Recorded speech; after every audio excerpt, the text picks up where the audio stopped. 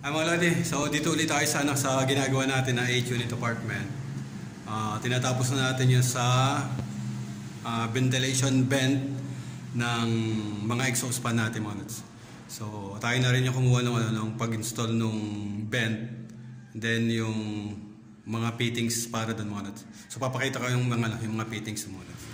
Mga Lodi, ito yung pinakang end cap ng ventilation mga Lods. Ito yung end cap niya. Makikita nyo may parang grill dito sa ano.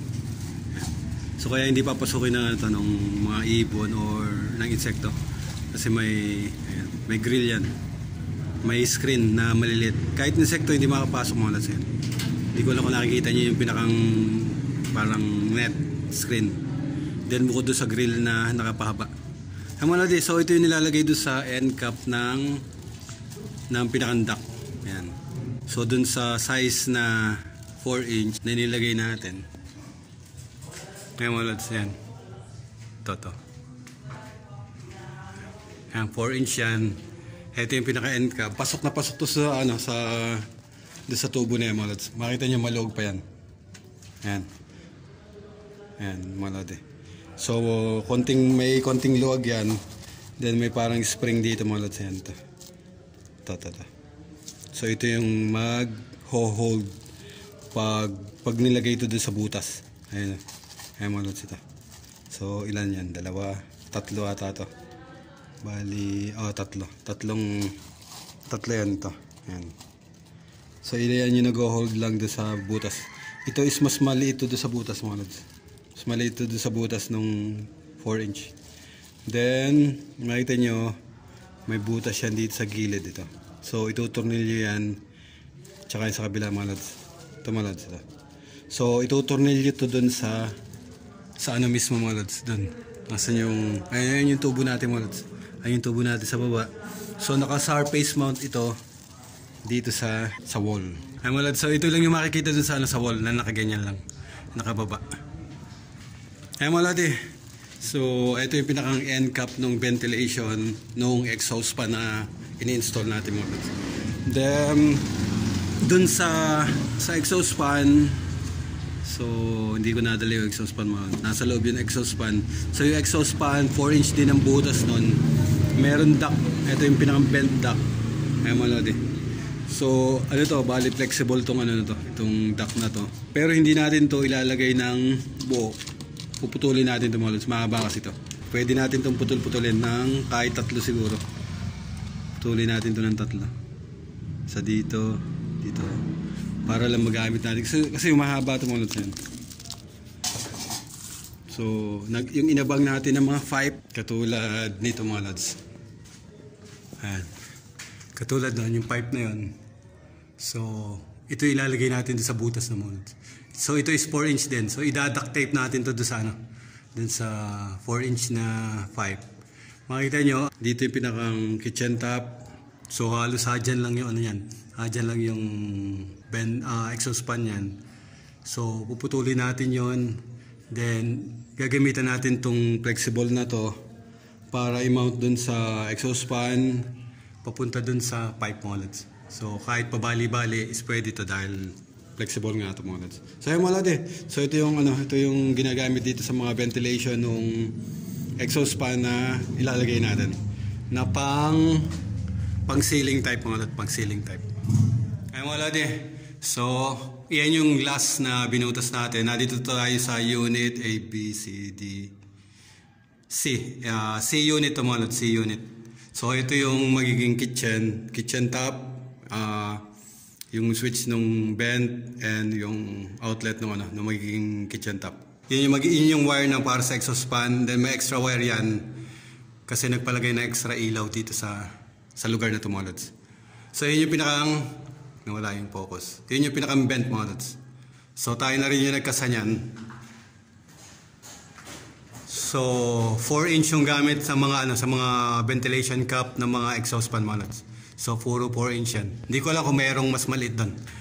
So 4 inch yung ginamit natin. Naka surface mount dito sa wall mga Lods. So yung mga pipe na nilalagay natin, katulad yan, nilagay ko yung pipe. So naka flush mount lang yan.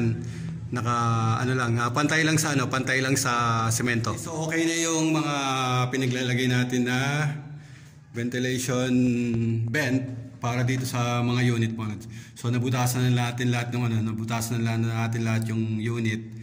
Galing sa unit papunta nung air well na doon tumatapon lahat nung hangin dun sa mga unit papunta dun sa airwell na yung mga lods. So yung exhaust na nilalagay natin is dun pupunta sa airwell mga lods. So makikita nyo yung mga piping na yan.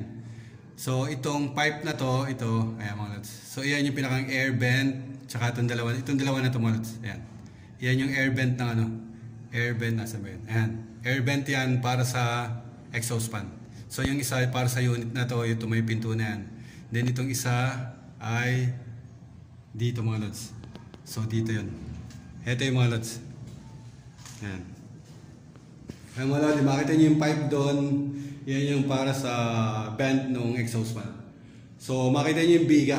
So ano to, nasa ilalim tayo ng slab. So yung slab na to, islalagyan nila yan ng kisame. Lalagyan nila ng tambol yan.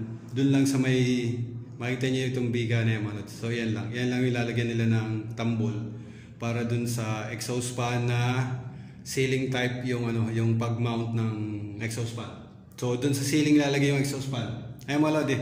So yung iba is parehas lang mga lods. Parehas din yung mga ilalagay natin na exhaust fan and exhaust vent para dun sa kada unit mga lods. Ay mga lods, maliban dito sa isa na to mga lods. Ito kasi itong lugar na to walang paglalagyan ng walang paglalagyan na ayaw nila ng lagyan pa ng tambol tong lugar na to para dito sa kisame na to, para dito sa countertop na to. So lalagyan ng yan doon. Lagyan natin ng surface mount na exhaust fan para sa wall, pang wall mga lods. So bubutasin yan, then doon nilalagay yung, makita nyo may doon, may utility box. So lalagyan natin ng outlet, single outlet para doon sa exhaust fan na yun for maintenance purpose mga lods. Kaya na natin nilalagyan ng outlet. So bubutasin natin yun. Eto mga lods, ayan. Ayan may guwit na yan. Ayan, may guwit na yan. So ayan yung para doon sa exhaust fan na surface mount. Then makita nyo yung dalawang pipe na to. Ay mga lods, yan yung pipe ng vent para dun sa unit na malayo. Katulad ng isa na yan. Yun yung pinunta natin kanina. Then yung isa is ito para dito sa side na to mga lods. Yung unit na to, itong unit na to mga lods. Apat kasi itong unit mga lods. So itong unit na to, meron tong air well din mga lods. Kung masubaybayan yung mga video natin, dalawa ang air well nitong building na to mga lods. So isa to, isa yan, air well to. Then isa yung lugar na yun, air well din yung mga lods. So yan yung tapunan ng mga exhaust ng hangin ng kada unit mga lods. So dyan tumatapon lahat yun. So katulad to, itong isa na to, dito na yung dito na yung exhaust vent niya para dito sa unit na to mga lods. So ito na yung pinakamalapit na yan. So sa taas, parehas din sa taas mga lods. Ayan. Shoutout tayo kay Jason. Ayan. Ayan. Si Jason ng dito ang katiwala dito. Sa taas tayo mga lodi. Ayan. Dito tayo sa taas. So dito sa taas, yung unit sa baba is typical lang yun dito sa typical lang yun dito sa taas mga lods. So hindi magkalayo yung pagkakagawa nun. I mean yung construction ng detail ng kada unit mga lods. Katulad nito, dito tayo sa unang unit na pinanggalingan natin sa baba is parehas lang yun din yung mga lods. Ay mga lodi, so ito yung parehas ng unit dun sa baba. Kaya makikita nyo, ito rin yun, wala pang pintura. Wala pang skim coat. Kitchen top, outlet ng kitchen top, yung switch ng natin, switch ng ilaw din ng exhaust. So makikita nyo, ito mga lods. Ito yung may pinakantambol na kisame. So sa baba mga lods, so lalagyan din nyo sa baba na yun. Kaya inunahan na rin natin ng butas para paglalagay ng pangkisame is may butas na tayo. So lalagyan na lang ng pipe yan para sa dito sa airwell mga lods. Ito yung airwell niya. Ayan. So yun yung airwell ng yun yung airwell na nasa ground floor mga lods. Ito yung airwell, yun yung exhaust vent ng unit dun sa baba mga lods. And then Ito yung magiging exhaust vent ng unit para dito mga lods. Yan yung details ng mga lods, ng mga exhaust vent, exhaust fan natin. So yung drawing, papakita ko yung drawing mga lods eh. So tayo na lang din yung kumuha nung installation ng nung pinakang vent kasi matatagalan yung nagtutubo. Wala na yung nagtutubo mga lods. Iba na yung gumagawa ng nagtutubo. Then hindi ata kasama yung nito. Hindi kasama tong vent na to dun sa piping nung sa layout ng tubo mga lods. So gumawa ng layout para sa ventilation ng exhaust. Yung detail ng exhaust kung saan nakalagay is yun yung ilalagay natin. Ngayon dun sa ventilation ng piping is tayo na lang din yung kumuha. So mag-additional lang tayo dyan. Additional payment tayo para sa installation ng mga vent nung kada unit mga lods. So ayun mga lods So kinuha ko yung installation ng mga vent pipe and install ng vent cap para do sa ventilation ng exhaust fan kasi ayaw kong maiwan yung natin, ayaw kong maiwan yung trabaho natin kasi naka-ready na yung dito, ready na yung mga pag-ano ng kisame, katulad yung may mga kisame, may mga faring na yan para sa kisame yan, may mga faring na yan. So mahirap yun kung ihahabol nyo pa yung magbubutas tayo na meron ng kisame, then mag-aalis tayo nung fart nung kisame na yun, then tsaka natin bubutasan. Mas mahirap yung ganun. So kaya ang ginawa natin, pinagbubutasan na natin yan. Makita nyo yan, may mga butas na yan para dun sa vent. Ayan, ito mga lods. So yung vent na to is para dito sa unit na to. Ayan mga lods, ayan. Yan yung pinakang vent ng ng exhaust fan dito sa unit na tumulad. So pinagbubutasan na natin yan, nilagyan ng pipe, ni-ready na natin para dito sa taas ay naka-ready na yung kung is pwede na nilang kisamen yung mga lods. Kung kailan nila gustong kisamen, pwede na nilang kisamen. Hindi na tayo magagawal sa kung sabihin na sige ikaw na ang gumawa. Pag sinabihan tayo na yung gumawa, then may mga ganyan, may mga wiring na may mga kisamen na yung iba. So mas maano tayong magtrabaho mga lods. Mas mahirapan tayong magtrabaho kung gano'n. Kaya ang ginawa natin, nilagay yung mga kasama doon sa part ng trabaho natin. Ay mga lods So ay mga lods, meron pa doon sa akin. So bent din yan para dito sa unit na to. So typical yung typical lang yung mga ang structural nung sa baba. Then structural dito sa sa taas mga lods. Lahat ng details ng drawing is typical dito sa second floor dun sa ground floor mga lods. So ay mga lods So yan yung yan yung construction ng piping ventilation para doon sa mga exhaust fan na in-install natin mga lods. Yun na lang, paano tayo mag-install ng mga ganitong ventilation pipe para sa mga exhaust fan na inilalagay natin mga lods. Mga lods so ito yung dalawang vent na galing doon mga lods. Ayan, ito isa. Then ito yung isa, ayan. Ito isa na to. Then ito isa na to. So dalawang magkalapit yan. So naka-surface mount yung vent cap dito mga lods. Ito, tatabasin natin to. So grinder lang katapat nito mga lods. So ito, sakto lang. Bali yung ventilation cap is mayroon siyang bilog din na ipapasok dito mga lods. So mas maluwag yun din para may spring.